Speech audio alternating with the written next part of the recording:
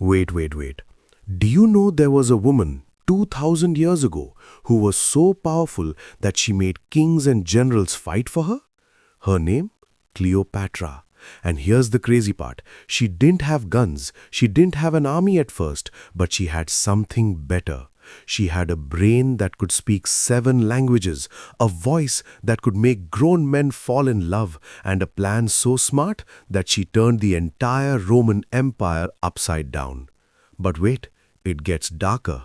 By the end of her life, she was running through the desert, alone, hunted, with nothing. And what she did next, that's a story nobody talks about. Stick with me for the next 10 minutes because I am about to tell you a story of power, love, and a woman who refused to be forgotten. Part 1. The Girl Who Became a Legend. Imagine this. 69 BC, Egypt. A baby girl was born in a palace so big, so fancy that normal people couldn't even imagine it. Her name was Cleopatra.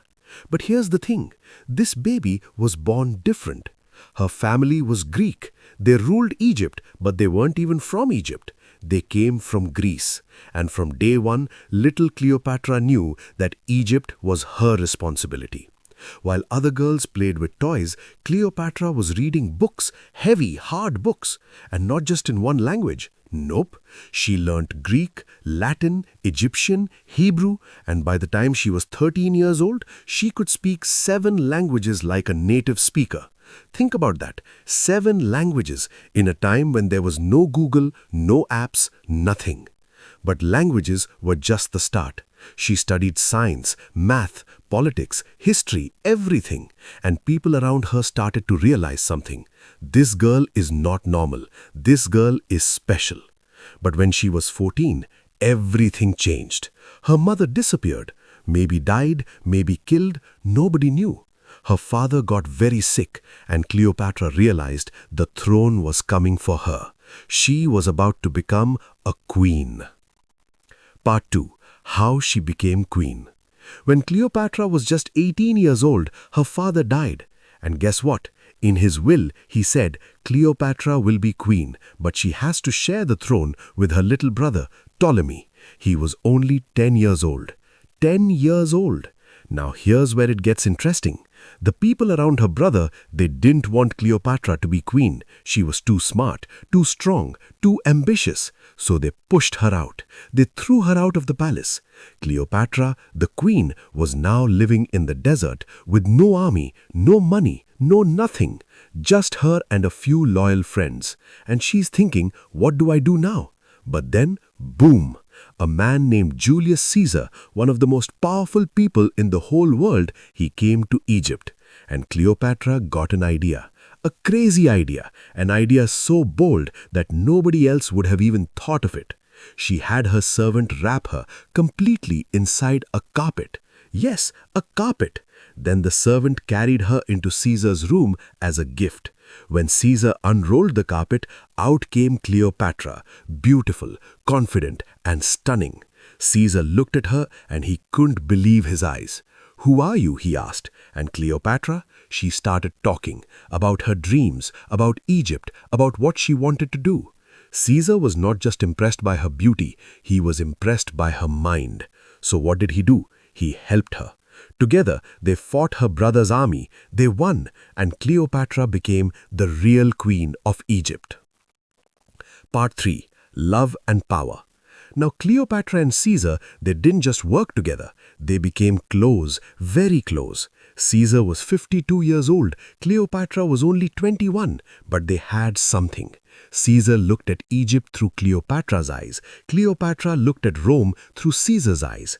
And then Cleopatra got pregnant. She had a son and she named him Ptolemy Caesar, but everyone called him Caesarion, Little Caesar. Cleopatra had a dream. She thought, one day my son will unite Egypt and Rome. He will create the biggest empire the world has ever seen. But then something terrible happened. In Rome, many senators didn't like Caesar anymore. They thought he was too powerful, too dangerous, so they did something shocking. They killed him, right in the Roman Senate. They stabbed him over and over. Caesar died. And Cleopatra? She heard the news and she realized she was alone. She had no protection anymore. She had no powerful ally. So she did what she had to do. She packed everything, she took her son, she took her treasures, and she ran back to Egypt. Part 4. Mark Antony and the Final Battle. Now Rome was in trouble. Caesar was dead, and lots of powerful men were fighting to control everything. One of them was named Mark Antony. He was strong, he was handsome, he was a warrior, and he needed Egypt's help. So he sent a message to Cleopatra, "Come meet me." And Cleopatra? She knew exactly what to do. She showed up not like a normal queen. She came on a golden ship with silver oars and purple sails. She dressed like Aphrodite, the goddess of love and beauty. She was surrounded by servants dressed like gods and goddesses. When Mark Antony saw her, his eyes went wide. They fell in love hard. Together, they had 3 children, a son, a daughter, another son. Cleopatra thought, now I can protect Egypt, now I can make it great. But there was one problem. A man named Octavian, Caesar's adopted son. He saw Cleopatra as a threat. He told everyone, Cleopatra is using magic, she's trying to take over Rome, and he went to war. Cleopatra and Mark Antony fought with everything they had, but Octavian's army, though, it was too strong.